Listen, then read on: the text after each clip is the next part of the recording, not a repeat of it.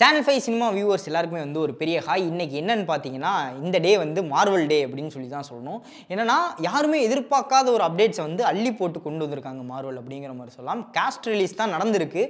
அந்த ஒரு விஷயம் ஒருத்தவங்களை இவ்வளோ ஹைப் பண்ணுமா அப்படிங்கிறது எனக்கு தெரியல. என்னன்னு பார்த்தீங்கன்னா, அவெஞ்சர்ஸ் டூம்ஸ் டே கூடிய சீக்கிரம் வந்து ப்ரொடக்ஷன் ஸ்டார்ட் பண்ண போகிறாங்க, அப்டேட்ஸ்லாம் கிடைக்கும் அப்படின்னு சொல்லி முன்னாடியே சொல்லியிருந்தோம்ல. அதே மாதிரி ப்ரொடக்ஷன் ஸ்டார்ட் பண்ணி யார் யாரெல்லாம் இருக்காங்க காஸ்ட் அண்ட் க்ரூஸ் அப்படிங்கிறத கன்ஃபார்ம் பண்ணி அவங்களோட லிஸ்ட்டும் வந்து ரிலீஸ் பண்ணியிருக்காங்க ஒரு அஃபிஷியல் வீடியோவோட.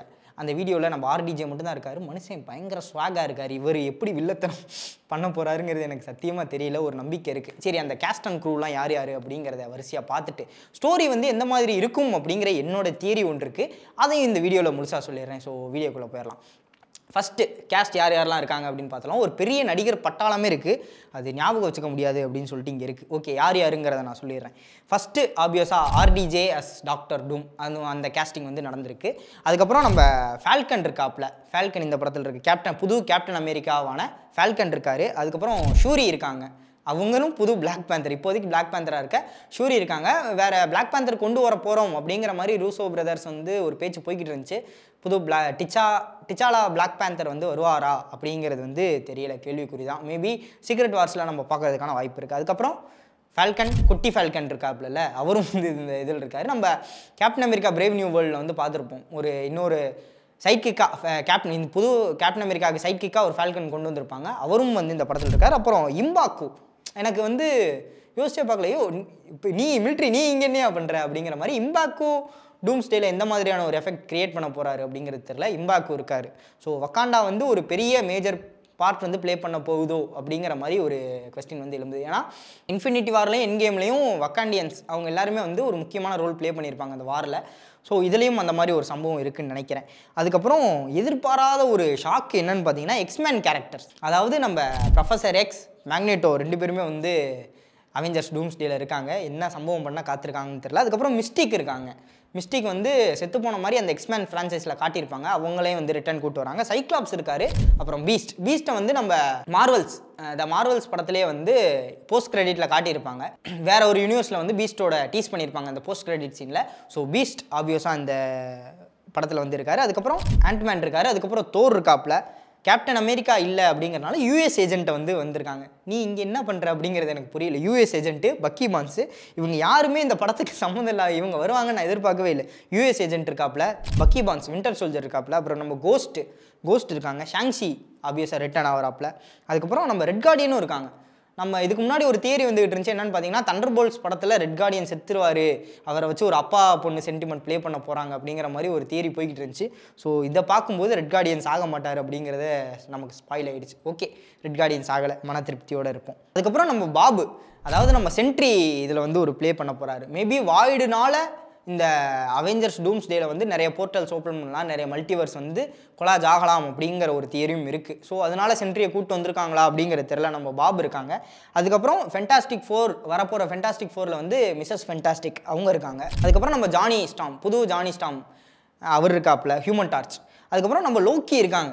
நான் பாட்டில் செவனேன்னு மரத்தை பிடிச்சிட்டு உட்காந்துருந்தேன் எங்கள் மல்டிவர்ஸில், என்ன எதுக்கடா எழுதிட்டு வந்து உள்ளே விட்டீங்க அப்படிங்கிற மாதிரி நம்ம லோக்கி இருக்காரு. அவரை வச்சும் ஒரு முக்கியமான ப்ளே வந்து டூம்ஸ் டேல போக போகுது. லோக்கி ரிட்டர்ன் ஆகிறாரு. அதுக்கப்புறம் ஆப்வியஸாக அதை திங்கு இதில் இல்லாத ஒரு கேஸ்டிங் வந்து நான் என்ன பார்த்தேன் ஷாக் ஆனது அப்படின்னா, நம்ம கூக்குல் கான் அவர் வந்து இந்த படத்தில் இருக்கார். நேமோர் அவரும் வந்து இருக்கார். நிறைய சூப்பர் ஹீரோஸ் இருக்காங்க. இதுலேயே வந்து கிட்டத்தட்ட ஒரு 12-15 சூப்பர் ஹீரோஸ் பக்கம் வந்துட்டாங்க. இதுலேயே இவ்வளோ கேஸ்டிங் இருக்குது. இவங்க எல்லாருக்கும் கேரக்டர் டெவலப்மெண்ட் இருக்கணும் இந்த படத்தில். என்னென்ன பண்ணுறாங்க இதில் வந்து புது கேரக்டர்ஸ், அதாவது எக்ஸ்மேனில் பார்த்து மறந்த கேரக்டர்ஸ் ஒரு சில பேர் இருக்காங்க. இப்போ புதுசாக இன்ட்ரோ பண்ணுறதுன்னு பார்த்தீங்கன்னா, மெயின் வில்லனே இப்போ தான் இன்ட்ரோ பண்ணுறோம். அவருக்கான ரைட்டிங்கும் இருக்கும். எந்த மாதிரி கதை போக போகுது அப்படிங்கிறது தெரியல. நம்ம பொறுத்திருந்து பார்த்தோம்னா தான் தெரியும். இன்னொரு விஷயம் என்னன்னு பார்த்தீங்கன்னா, டாம் ஹாலண்ட் இந்த லிஸ்ட்டில் வந்து இல்லை. ஸோ ஸ்பைடர்மேன் வரமாட்டாரா அவெஞ்சர்ஸ் டூம்ஸ் டேல அப்படிங்கிற மாதிரி ஒரு சில ஃபேன்ஸ்லாம் வந்து ஃபீல் பண்ணிட்டு இருக்காங்க. எந்த மாதிரி ஒரு கதை அமையும் அப்படிங்கிறது என்னுடைய தியரி ஒன்று இருக்குது லைட்டாக, அதை சொல்கிறேன். அந்த தியரிக்குள்ளே போயிடுவோமா? இப்போ கடைசியாக ஃபென்டாஸ்டிக் 4 வந்து ரிலீஸ் ஆக போகுது. அது வந்து அவெஞ்சர்ஸ் டூம்ஸ் டேக்கு ஒரு பெரிய லீடப்பாக வந்து அமைய போகுது அப்படிங்கிற மாதிரி நம்ம பார்த்துருந்தோம். ஃபென்டாஸ்டிக் 4ஓட மெயின் வில்லனாக தான் டாக்டர் டூம் வந்து கிரியேட் பண்ணப்பட்டிருந்தார் காமிக்ஸில். இதில் வந்து கேலக்டஸ் ஒரு மெயின் வில்லனாக இந்த படத்தில் ப்ளே பண்ண போகிறாரு அப்படிங்கிற ஒரு விஷயம் நமக்கு ட்ரெய்லர் பார்க்கும்போதே தெரிஞ்சிருந்துச்சு. ஸோ கேலக்டஸை எப்படியோ சமாளித்து இவங்க வந்து அனுப்பிச்சி விட்டதுக்கப்புறம் டாக்டர் டூமோட கேமியோவோட இந்த போஸ்ட் கிரெடிட் சீன் முடிகிற மாதிரியும், அது மூலமாக ஒரு மல்டிவர்ஸ் கொலாப் வந்து ஆகிற மாதிரியும் இவங்க எல்லாரும் அதுக்கப்புறம் டூம்ஸ்டேக்குள்ளே வந்து போகிற மாதிரி ஒரு கதையாக வந்து அமைக்கப்படலாம். ஸோ இந்த ஃபென்டாஸ்டிக் ஃபோரோட உலகம் மட்டும் இல்லாமல் நம்மளோட எர்த் 616ம் அப்புறம் எக்ஸ்மேனோட எர்த், இது 3 எர்த்துமே சேர்ந்து தான் பேட்டில் வேர்ல்டு உருவாக போகுது அப்படிங்கிற மாதிரி ஒரு சின்ன தியரியும் வந்து இருக்குது. அந்த பேட்டில் வேர்ல்டு உருவாகும் போது அங்கே நடக்கிற ஒரு கதையில் தான் இந்த என்ன சொல்கிறது ஆர்டிஜே அவர்கள் வந்து டாக்டர் டூமா அங்கேருந்து அவர் எப்படி ரைஸ் ஆகி காட் டூமா வந்து மாறுறாரு அப்படிங்கிற மாதிரி ஒரு கதையாக மேபி இருக்கலாம். இதில் லோக்கி எப்படி உள்ளே வர போகிறாரு அப்படிங்கிற ஒரு விஷயம் மட்டும்தான் எனக்கு கொஞ்சம் கன்ஃபியூஷனாகவே இருக்குது. மற்றபடி இந்த மாதிரி ஒரு கதையை வந்து அமைக்கப்படலாம். ஸ்பைடர்மேன் எங்கன்னு நான் கேட்டுகிட்டு இருந்தேன் இல்லையா, ஏன்னா டாம் ஹாலண்ட் வந்து ஆர்டிஜேவை டாக்டர் டூமா பார்க்கும்போது ஒரு ரியாக்ஷன் இருக்கும்ல, என்னண்ணே நீ என்னென்னமோ சொல்கிறியா நீ எங்காலுண்ணா அப்படிங்கிற மாதிரி ஒரு ரியாக்ஷன் இருக்கும்ல, அந்த ரியாக்ஷனுக்காகவே ஃபேன்ஸ் நிறைய பேர் வந்து வெயிட் பண்ணிட்டு இருக்காங்க. ஸோ ஸ்பைடர்மேன் இந்த கேஸ்டிங்கில் இல்லையே அப்படிங்கிற வருத்தம் இருந்தால் மேபி அவர் வந்து போஸ்ட் கிரெடிட்டில் வந்து நமக்கு காட்டப்படலாம். ஏன்னா சீக்ரெட் வார்ஸில் கண்டிப்பாக அவருக்கு ஒரு பிளாக் சூட் கிடைச்சே ஆகணும் டாம் ஹாலண்டுக்கு. ஸ்பைடர்மேன் 4 வந்து டூம்ஸ்டேக்கும் சீக்ரெட் வார்க்கும் நடுவில் வந்து பிளேஸ் ஆக போகுது. அதுவும் சீக்ரெட் வார்ஸுக்கான ஒரு சின்ன லீடப்பாக கொடுத்து தான் அந்த ஸ்பைடர்மேன் 4 வந்து ஃபிக்ஸ் பண்ண போகிறோம் அப்படிங்கிற மாதிரி சில கருத்துக்களும் வந்து வெளியே உலாவிக்கிட்டு இருந்துச்சு. ஸோ மேபி என்னுடைய தியரி படி டூம்ஸ்டேவோட எண்டிங்கில் ஸ்பைடர்மேனை டீஸ் பண்ணி அவருக்கு அந்த பிளாக் சூட்டும் கொடுக்க வச்சு ஸ்பைடர்மேன் 4 வந்து பயங்கர கிரவுண்டடாக அந்த என்ன சொல்கிறது பேட்டில் வேர்ல்டில் நடக்கிற ஒரு கதையாக காமிச்சு அதுக்கப்புறம் அவர் வந்து எப்படி சீக்ரெட் வார்ஸுக்கு ஒரு லீடப்பாக வந்து அமைகிறாரு அப்படிங்கிற மாதிரி கதையை வந்து மூவ் பண்ணி கொண்டு போகப்படலாம். ரூசோ பிரதர்ஸ் இதே மாதிரி இன்னொரு படத்தையும் வந்து 2 பார்ட்டாக பிரித்து எண்ட் கேம் இன்ஃபினிட்டி வார்னு பயங்கரமான ஒரு ஹிட் வந்து கொடுத்தாங்க. நிறைய கேரக்டர்ஸ் ஹேண்டில் பண்ணியிருப்பாங்க அந்த படத்துலையும். ஸோ இதையும் வந்து பர்ஃபெக்டாக பண்ணுவாங்க அப்படின்னு சொல்லி நம்ம தாராளமாக எதிர்பார்க்கலாம். ஸோ அந்த ஒரு நம்பிக்கை வந்து இருக்குது. என்னன்னா இதில் இன்னும் கேஸ்ட் பண்ணாத நிறைய சூப்பர் ஹீரோஸ் இருக்காங்க. ஆல்ரெடி மார்வலில் பண்ணவங்களே Guardians of the Galaxy team என்ன பண்ணுறாங்க அப்படிங்கிறது தெரியல. இது இல்லாமல் நம்ம ஹல்க்கு வேறு அந்த பக்கம் இருக்கார், அவரெல்லாம் இன்னும் கேஸ்ட் பண்ணல.